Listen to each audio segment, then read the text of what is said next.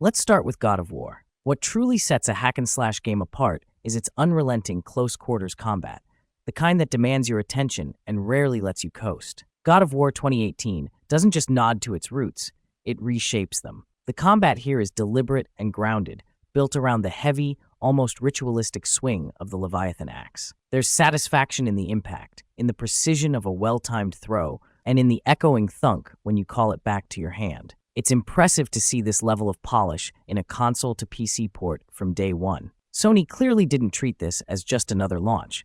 They honed it. The semi-open world structure invites you to explore at your own rhythm. You dive into side quests, stumble upon buried lore, and face optional bosses that hit like freight trains. It's not about showboating, it's about presence. Every encounter demands that you be there, fully. You feel the grit in those Draugr skirmishes, the tension building in every clash, especially when locked in a white-knuckle duel against a Valkyrie. Devil May Cry 5 marks a triumphant return for the series, dropping in after an 11-year wait with all the flash, flare, and ferocity fans had been craving. Every moment hits with the intensity of a franchise that knows exactly what it's doing. Combat is where DMC5 refines its identity. You're handed not one, but three protagonists, Nero, V, and the ever-iconic Dante, each tuned with distinct mechanics and energy. Nero's the entry point, reliable, punchy, and flexible, with a wide range of devil breakers that let you experiment and improvise in the heat of battle. V stands apart, quiet, enigmatic, and strategic, relying on spectral summons that force you to command from a distance, manipulating chaos rather than diving into it. Then there's Dante. He doesn't just break the mold, he swings it like a sword. He's wild, blisteringly fast, and absurdly versatile, packing an arsenal that turns every fight into an open-ended playground for creativity. The kind of combos you can pull off with him aren't just flashy, they're absurd in the best way. Pacing-wise, DMC5 cranks up the tempo beyond previous entries. That speed injects a thrilling urgency into combat, though it can push newcomers into panic dodging when finesse would serve better. Enemies don't pull punches. Some are aggressive, some are puzzles in motion, but each encounter feels like a step forward in a skill curve that rewards boldness and precision alike. Darksiders 2 may be a sequel on paper, but narratively, it plays more like a prequel, tracing Death's desperate quest to clear his brother War's name after a celestial betrayal. As Death, one of the four horsemen, you carve through enemies with a haunting elegance. Strikes are fluid, acrobatic, and unrelenting. There's a visceral rhythm to the way he moves, gliding between foes like a phantom with twin scythes. Compared to its predecessor, Darksiders 2 introduces a broader layer of RPG elements. Skill trees, experience points, customizable armor sets, and a deeper loot system that lets you tailor your build to your playstyle. You're not just battling your way forward, you're curating your journey. The combat walks a slick tightrope between Devil May Cry's flair and a more grounded Western action feel. Flash meets heft in a way that keeps encounters fresh and satisfying. But the real crown jewel is the world itself. Vast, mythic, and steeped in decay and grandeur, it invites exploration simply by existing. You don't just move through it, you marvel at it. Few games from that generation offered an atmosphere this expansive without feeling bloated. For new players stepping into the series, or veterans returning for another cycle, this remains the definitive version of Darksiders 2, the one that captures its spirit best. Castlevania, Lords of Shadow is one of those divisive titles. Either it draws you in or it doesn't. There's merit in both sides. It's a game packed with atmosphere and ambition, yet it strays far enough from the series' roots so that longtime fans might feel alienated. Still, there's something satisfying about seeing it through. The core loop leans into storytelling, exploration, and combat. You're platforming, solving puzzles, fighting, and yes, repeating that cycle across most levels. But when it clicks, there's a real rhythm to it. This isn't the kind of hack and slash where you zip through enemies in a stylish blur. Every swing of the combat cross lands with deliberate weight. The pacing is slower, more grounded, less Devil May Cry, more methodical tension. You have to commit to every strike, read enemy movements, and make each dodge count. At times, it brushes against Souls-like design, but still carries enough cinematic flair to feel unique within the genre. The sequel repositions the narrative, putting Dracula front and center. You're no longer resisting the dark. You've become it. Lords of Shadow 2 builds on the combat foundation with new mechanics. Dracula wields 3 core weapons, the whip for standard combat, chaos claws to shatter defenses, and the void sword to siphon health. Swapping between them mid-fight keeps you on your toes, constantly adjusting for different threats. But with the shift to an open-world format and a modern-day setting, the game trades some of its mystique for scale. In stretching its scope, it loses a bit of what made the original so focused and captivating. If God of War set the gold standard for cinematic hack-and-slash action, Dante's Inferno carved a path just behind it, leaning hard into old-school aggression with fast, responsive combat and an unwavering sense of momentum. You wield a Reaper's scythe that shreds through enemies like paper, call upon divine energy for ranged attacks, and finish fights with visceral brutality, sometimes literally ripping foes in two. This isn't about precision, it's about letting you feel unleashed. Every encounter drives forward, pushing you to dominate rather than dissect. What sets it apart is the morality system. You shape Dante's abilities based on holy or unholy choices. Holy powers sharpen defense and precision, while unholy abilities fuel unrelenting offense, ramping up the chaos. That dual path gives the combat system some welcome depth, encouraging different playstyles built around your personal edge. Still, there's a lingering frustration, the kind that hits when a game with this much potential fades into obscurity. You can't just play this game on PC without some workarounds, and that stings. This was a series with room to grow, to evolve. Whatever the reason, Dante's Inferno never got the spotlight it deserved, and that's a shame, because there's still something fierce and raw in its design that hits hard even now. There's something quietly compelling about this game. Underrated, maybe even overlooked, but it carries a spark for those who stumble into it with the right expectations. Initially, it felt like a stopgap, a lightweight action title to hold the line while bigger releases were still looming. But what I found was a combat-driven experience that clearly draws inspiration from the likes of Bayonetta and Devil May Cry, channeling that energetic DNA into something familiar yet distinct. It's got its share of rough edges, enough to hold it back from true greatness, but there's still a surprising amount to enjoy here. The best way to frame it is this: it merges the resource management and checkpoint tension of Dark Souls with the fluid combat flair of DMC5. Throw in a progression system that borrows from both without feeling like a knockoff, and you've got something that starts to stand on its own. It's not revolutionary, but it doesn't need to be.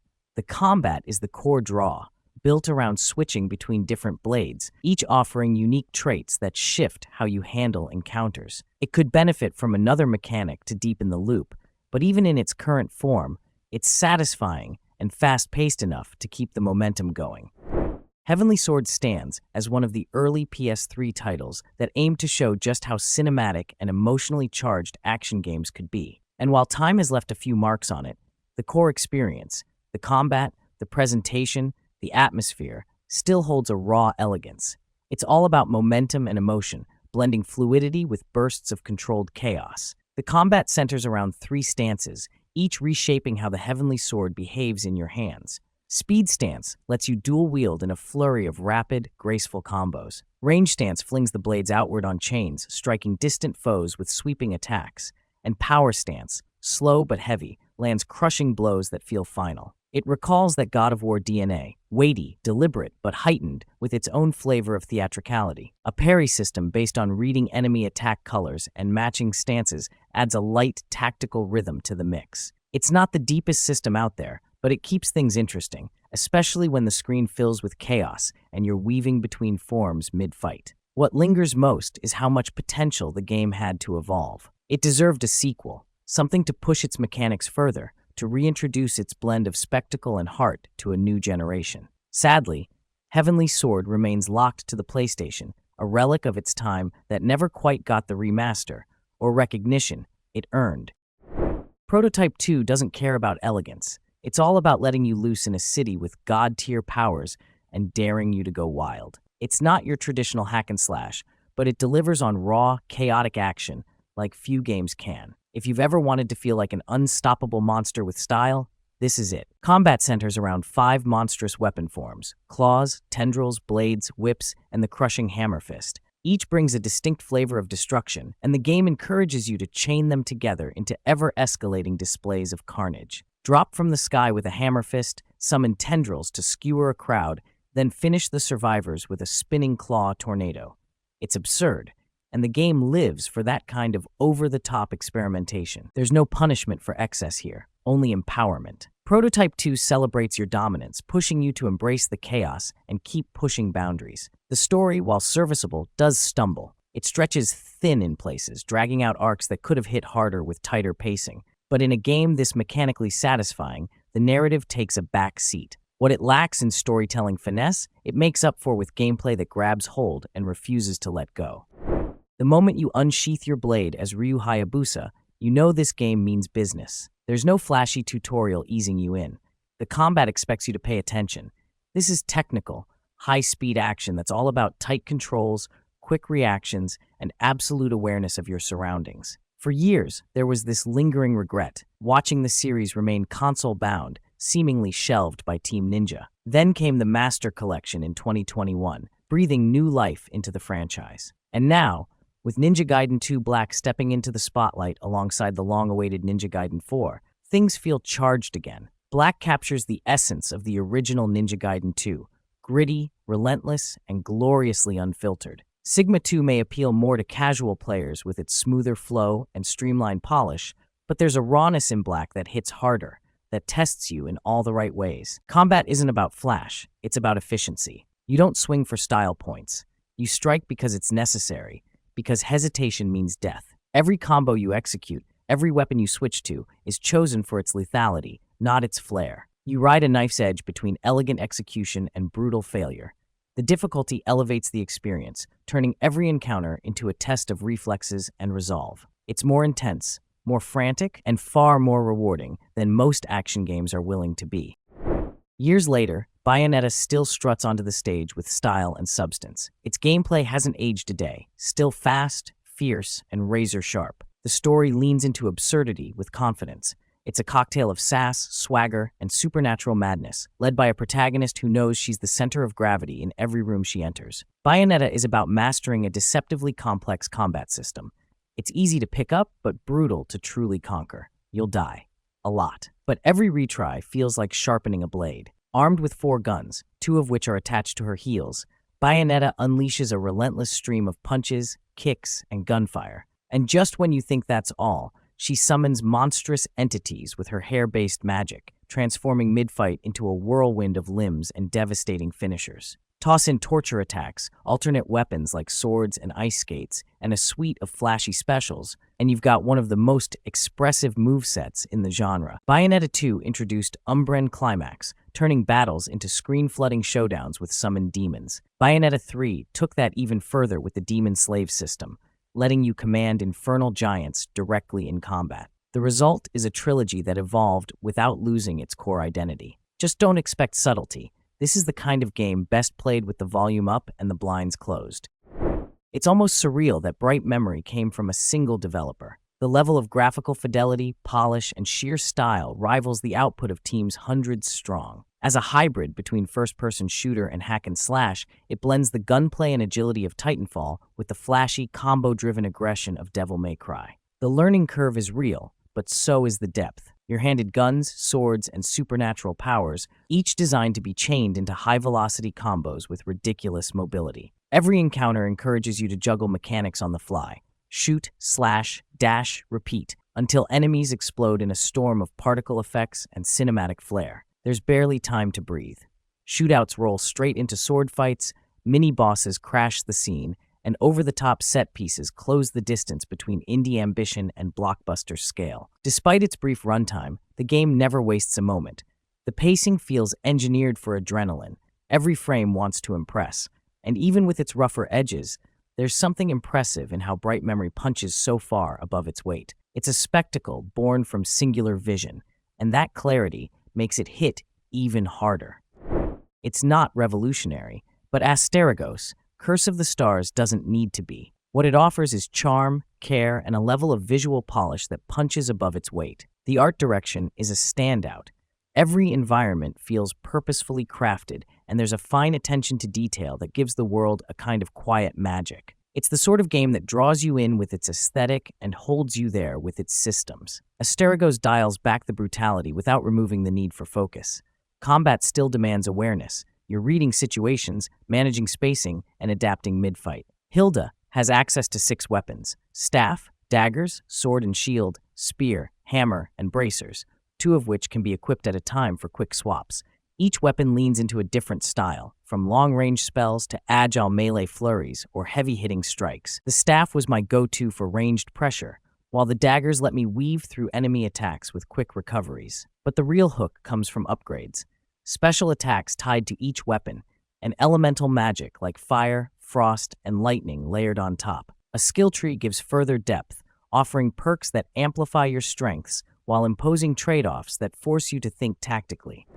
Katana Zero has quietly cemented itself as a cult favorite, one of those rare indie titles that turns heads and never lets go. It reimagines the side-scrolling slasher with a neon-drenched, high-speed twist, drawing from the violent precision of Hotline Miami and the brutal challenge of classic Ninja Gaiden. The result is a slick, adrenaline-fueled experience that thrives on razor timing and deadly momentum. You play as a war-scarred samurai wrapped in mystery, his identity withheld until the final moments. The narrative feeds into that tension, unfolding through fragmented dreams, therapy sessions, and cryptic missions. Each visit to your apartment and therapist resets the rhythm, grounding the chaos in a strange, almost hypnotic cycle. The game is simple to grasp but punishing to master. It hands you a blade and bullet-time reflexes and expects you to chain together executions with style and efficiency. You slice, deflect, and roll through tight, relentless levels stacked with enemies who kill just as quickly as you do. The frustration hits at times.